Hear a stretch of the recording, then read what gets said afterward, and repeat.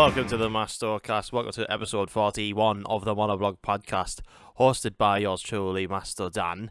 And welcome to episode 41. Hope you're having a fucking mint weekend, by the way. Hope you're having a good one. It's as I look out the window now where I'm recording my podcast, it's looking quite sunny. It's probably still cold though, isn't it? Cold. But yeah, welcome. Hope you're having a nice weekend if you listen to this on the Friday it comes out. Thanks anyone who's listened to the previous episode, of course. Episode 40, big talk about silos and shit, and it was all really good. It was really good. As will this one be. This one's quite jam packed. This week I've been busy. I've been bloody busy, and my little brother got married, which obviously congratulations to him and his wonderful wife, Hannah, now Dixon, Adam Dixon. I'm very, very proud of them. So just a big shout out to them. It was a fucking awesome wedding. Like, the weather was actually fucking great. I know I complain about the weather all the time on this podcast, but the weather was great. I got sunburn on my bald bonce. I drank a good few gallons of lager and ales, and I did a little acoustic set with my good friend Dalton, and it went down really, really well. Went down better than what I could have hoped for. Everyone was singing, everyone was dancing and all that. We were on stage for about half an hour. We even got an encore. People were like, one more, we want one more. I was like, oh, fuck, what we do here? And Dalton just turned around and said, shall we do Sheila by Jamie T? I'm like, I don't know it. It's like, it's just 4 chords all the way through. I was like, okay, sound. So I copied him, and then that was it. We played Sheila by Jamie T. I'm not even a massive fan of Jamie T, but like, that went down a storm. But yeah, that was really, really good. It was good to be up on stage again with my friend Dalton and doing some acoustic covers. Hopefully more to come. And it was an amazing day. It was an amazing day. Shout out to my brother, my family, everybody else who attended, and obviously Hannah's side of the family as well. They're all legends. It was just great. It's just great. Really, really happy to be a part of all the groomsmen and all that. It was just it was a really good, wholesome day. It was amazing. It was great. Right. Anyways, what else did I get up to? We went to the food festival in Bishop Auckland, like literally the day after as well. Like Bishop Auckland's like, it's not too far from where I live. It's pretty much northeast. Like not too far from like Hartlepool or Newcastle. It's probably about half an hour drive away from both of those. But yeah, I went to the food festival there. Picked up some bits, lots of cheese. I ate a nice fucking Parmo from Parmorama. It was beautiful, and that was really, really great. And you know what? Then I just chilled after that. Chilled until I went back to work, and continued back with my my old routine. Yeah. Anyways, what else have I been up to? I've got the notes here on my phone. What have I done? Anyways, let's talk about video games, finally. I'm getting onto the subject of video games. I finally finished Resident Evil Code Veronica X for the PlayStation 2. I imagine you all know that I'm a proper Resident Evil head. I pure love Resident Evil. One of my favourite franchises ever.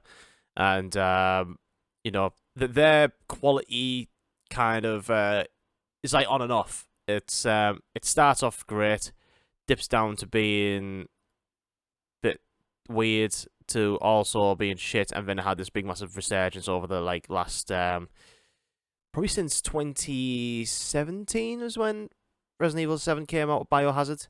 I think so. Yeah, probably around about then. But Resident Evil have got a big catalogue of games. It's mainly the mainline ones that are the great ones. There's a couple of them that aren't great, and I did like a load of like different ones here and there that weren't so good. But yeah, Resident Evil Code Veronica X. This is a game I started originally when round about the time it came out in 2001. Like Resident Evil was like hitting it really big. Like this was the first one to feature like its brand new graphics and all that 3D design, and rather than having like the fixed cameras and stuff like that, and like not rendered backgrounds or anything. I did start it years ago when I was younger, but I just don't think I was clever enough to do the puzzles. So obviously I picked it back up this year, because I fancied a bit of nostalgia. I remember being a Resident Evil that I used to play years ago, wondering how well this game holds up today, or whether it is actually a decent game in 2001. So yeah, this game is rubbish. Really, it's a bit rubbish. You know, I did get some nostalgia out of it. I will say that I got some nostalgia out of playing this game, like up to a certain point, because I obviously played the game quite early on, and it got to a point where like I couldn't get any further. Probably like the first 5 hours, like probably first 5 hours, I got a hint of nostalgia, and obviously from then on, it was more new to me. I was discovering new things. I was progressing throughout the game into obviously what we got now. I've finished it. This game took me 12 hours. It said on the stats, 12 hours it taken me, and it felt longer than 12 hours. I'll be honest. This game felt like 18 hours. It literally did. Like, I was playing this game, thinking, God, I must be nearly done. Surely, it must be nearly done. But no, like as I kept going, like it just felt like it wasn't ending. And like when I finally finished it, came up with the stats, 12 hours. Like, was that it? Was that it? Shit. Like, it generally felt like a long game. But yeah, the actual story itself, it's a weird one. It's a really, really weird one to do with some sort of royal family, like kind of like working with Umbrella, and the one family member decided to like sort of freeze herself whilst injecting this virus into her for 15 years, and then she becomes like this huge titan boss, and who you face at the end, really crap boss, should I add.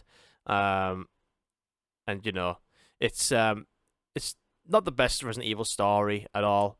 I don't think it's a truly bad one, to be honest. It could be. There's definitely been worse.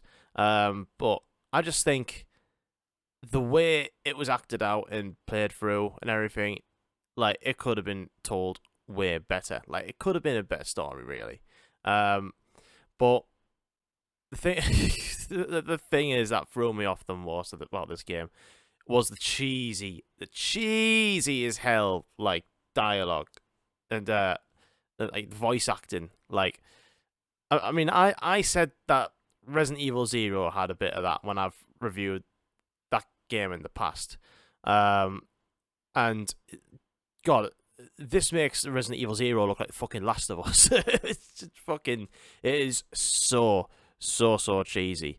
I mean, let's talk about Claire Redfield and Steve. So Steve is someone that I don't mind spoiling this for you, because like I don't think it's really worthwhile you playing this game, to be honest. So Claire meets up with someone called Steve on an island, and he tries to escape with them. They always get split up along the way. They end up finding each other and then escaping together, and just the whole part of Steve getting puppy dog eyes all over Claire every time he's out of her in the mission. He gets distracted and like destroys things just from looking at her and all that. And to the moment where he's gone, he on his final breath's like, I just wanted to tell you, Claire, that I love you. Like, he's just met her on a fucking island for like 2 hours, and he's like dying, and he's proposing his love to her, and like she's crying all over. Like the script and everything is just so cliche. It's just so it's just funny. It's so bad it's funny. It's just one of those, like, I was like, oh come on. And like just everything about like the design. I know I'm giving this game a kick in for, even though it's coming out in 2001, and some people might say, well look, it's a game that's come from 2001, what do you expect? When I can like list you off like hundreds of other games that look way better and sound way better and have a better story and have better voice acting, even games from before that period. That's why I'm kind of viewing it like that. I gotta like take it from, the fact that it's come out from that period of time. It's it's like the whole like design of the game and everything is just so basic. It's it's a very big design of a lot of areas. At some point you actually come back to the first mansion in Resident Evil 1, like the first ever mansion. You come back to that, and like they strip away so much stuff from that mansion, and like there's like they even like remove doors where you usually go to in the first game. Like they remove doors and everything. It's just like replaced by the wall, and like the characters just like look really emotionless. Like Chris Redfield, when you eventually play him, just looks like the most G.I. Joe looking motherfucker like ever made. Like if you just went up to someone and said, "I want someone who looks like G.I. Joe." All right, any distinctive features? Nope. Just you very generic looking soldier boy, I guess. Not that one, but like a soldier person. And the dialogue coming from him was a bit naff as well. And yeah, it's pants. It's really pants. And yeah, like I said, the dialogue really cringe, really sort of cliche to like people trying to get off an island, falling in love, and all that sort of stuff, and like the typical sort of evil bad guy. Like Wesker is in it as well, and he's like superhuman and everything. He's got like snake eyes, and he runs across walls and has fire punches and everything. And he's got the typical sort of British accent and evil laugh, and he's like he's like laughing every fucking 5 seconds.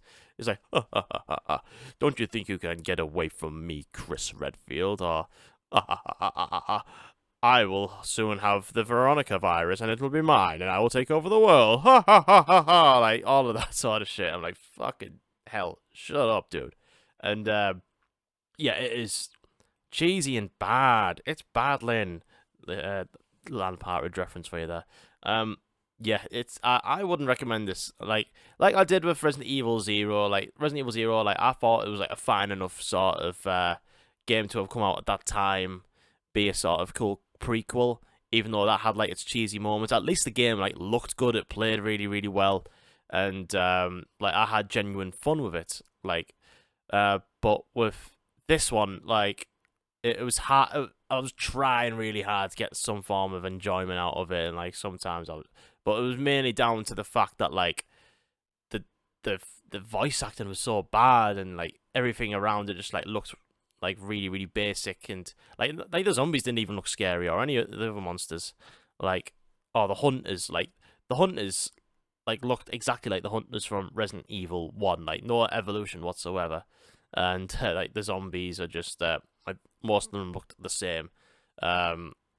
Yeah, it was. I know. I feel like I'm daft like reviewing a 2001 game like this, but I am, anyways. Like you didn't get a big scare factor from a bunch of like the monsters in the game. But yeah, very funny experience, but also what felt long and boring. Resident Evil Code Veronica X, I'd give it a 3 out of 10. The thing is, I think there's worse Resident Evil games out there for sure, and that, but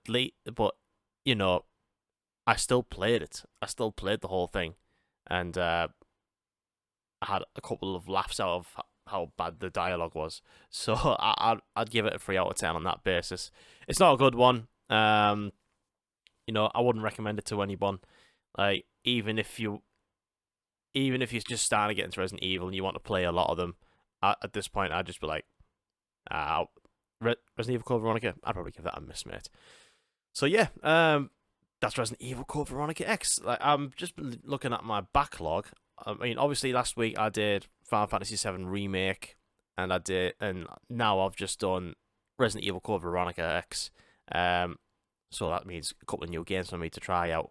I'm gonna be playing some friggin' Super Mario Galaxy on the Wii. I'm gonna get the Wii out. I'm gonna play that, and also Lost Odyssey. I'm gonna start that as well because I haven't got Final Fantasy 7 Rebirth yet. So I'm just gonna start Lost Odyssey. So that's a longer game, and Super Mario Galaxy. That's gonna be a bit of fun.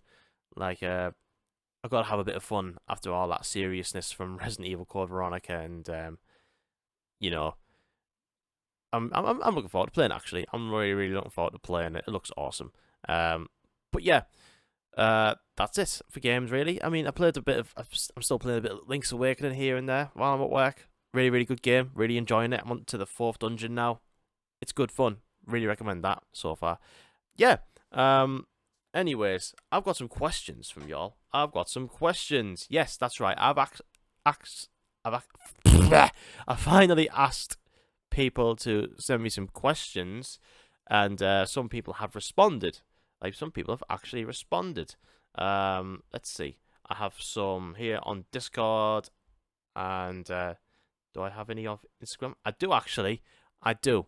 I have a question from J.K. Smith, previous guest on the podcast. He has asked me on Instagram, will the eyewear of Cyclops still be called glasses, plural? Well, Cyclops will just wear a monocle, wouldn't it, Jake? Wouldn't just go like, you know, like the Monopoly man. He doesn't wear glasses. He wears a monocle. So I imagine if a Cyclops was to go to Specsavers, he'd ask for a prescription on a monocle. So glasses on a Cyclops, like, wouldn't work. You know, say if he was looking for his glasses, he wouldn't be like, oh, I'm looking for my glasses. He'd be looking for his monocle. You know what I mean? So I think, yeah. So like, or if he had multiple monocles. If you had multiple monocles, would be glasses. Because I do see in your question, would the eyewear of Cyclops still be called glasses, in brackets, plural? No. You'd want to get a monocle, I think. I think it's a monocle thing for the old Cyclops. And, yeah, monocles. Yeah, it'd have a monocle. And it would be, you know, it'd have like the little chain thing, and it'll wrap around his ear or whatever with a go. And yeah, thank you for your question, Jake. And I have a question here from Haley from WhatsApp.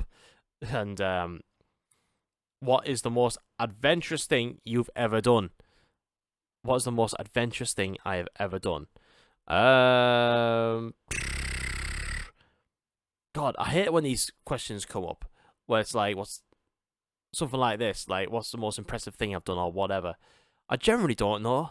I mean, I'd like to think I'm adventurous in one way or another. You know, is traveling to Rhodes and proposing to you an adventurous thing? I'm not sure. Is it actually? Oh God, I'm crap at being like a podcast host sometimes. What's an adventurous thing that I've done? I don't know. I feel like adventurous is something like, you know, you're going against the grain or something. You're going out your comfort zone to, like, you know, achieve something. And I don't know if I've done that.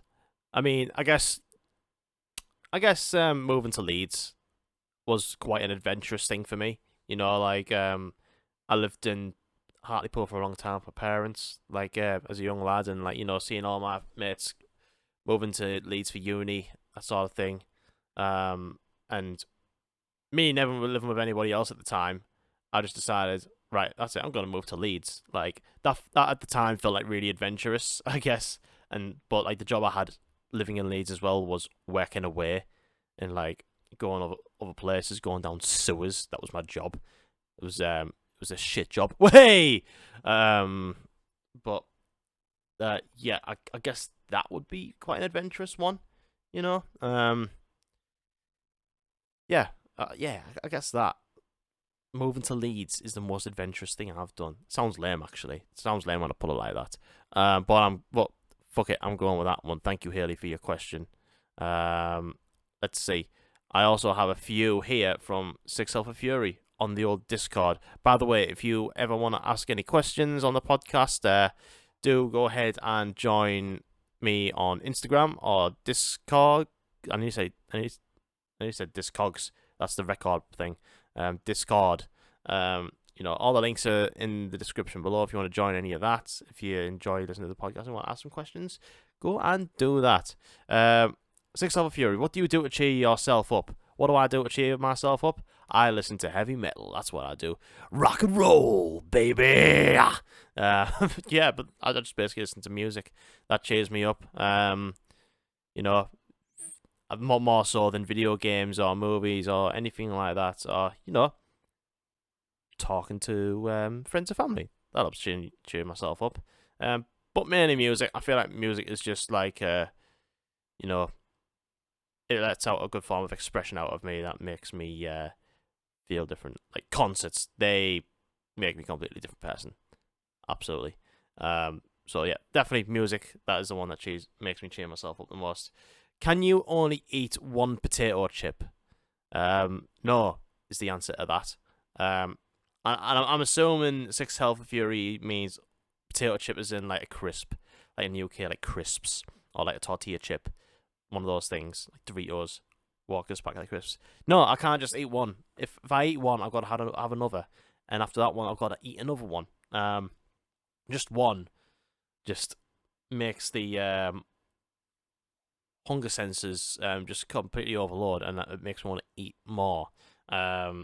One potato chip, I just can't eat one and be like, that's really nice. That I'm quite happy with what I got though. I don't need any more. No, I need to eat more. I fucking love crisps, or potato chips as they call them. And the last question from Six Alpha Fury: what was your favorite gift Haley ever gave you so far? That's an easy one. My electric drum kit, which is to the right hand side of me. I love my drum kit. I like to beat the living daylights out of it. I usually do it when Haley's not in though, because it makes a racket. But yeah, I love my drum kit. It's awesome. She just got me for my 30th birthday one day, and I'd always fantasized about wanting a drum kit. I never expected myself to get one. And then all of a sudden, my 30th birthday, Haley got me one, and I was like, "Fuck off! You've actually got me one." And yeah, I've got it there. It's an Elise's Turbo Mesh kit, and it's great. I love plugging it into my PC and playing along with stuff. It's great. I love it. I absolutely love my drum kit. Yeah, it's awesome. It's really, really awesome. And yeah, that is it for the questions. Thank you very much to Jake, to Haley, and to Six Alpha Fury. Much appreciated. Like I say, if you ever want to send questions into the podcast, send them in through Instagram, which is linked in the description of the podcast, or through Discord, which you can join, and just send them in that way. I always say I tend to put a reminder up that I'm recording the podcast, and I'll be taking questions in. So when you do want to, just reply to that, basically. But yeah, what music? We'll go to the last thing, actually, music related stuff. Dave Gilmour has announced a new album. For those who don't know, Dave Gilmour, guitar player from Pink Floyd, one of the greatest guitar players of all time. He's announced a new album and then released a new single called The Piper's Call. And it is, for a guy his age, still releasing music, still playing guitar the way he does. And, the music sounding really, really luscious. It just brings me so much joy, really. If this means that he's going to announce a UK tour, I will be there, because I've never seen Dave Gilmour live. He's my favourite guitar player of all time, and I do not care where or when this gig will happen. I will fucking make it, without a shadow of a doubt. So yeah, Dave Gilmour, I'm going to go see him whenever he announces a tour. Please announce a UK tour. I hope you're too old to not do them. Just do that, please. So yeah, he's got a new album coming out September 6th. Looking forward to it, actually. I'm really looking forward to it. And download, I've got the day tickets on sale now. So if you just want to go for the individual day, either Queens of Stone Age Day on Friday, Fall Out Boy on the Saturday, or Avenged Sevenfold on the Sunday, they are now on sale. I do not know how much they are. You know what? I'm going to have a look. Just out of curiosity. Let's go for a Sunday day ticket. How much is that?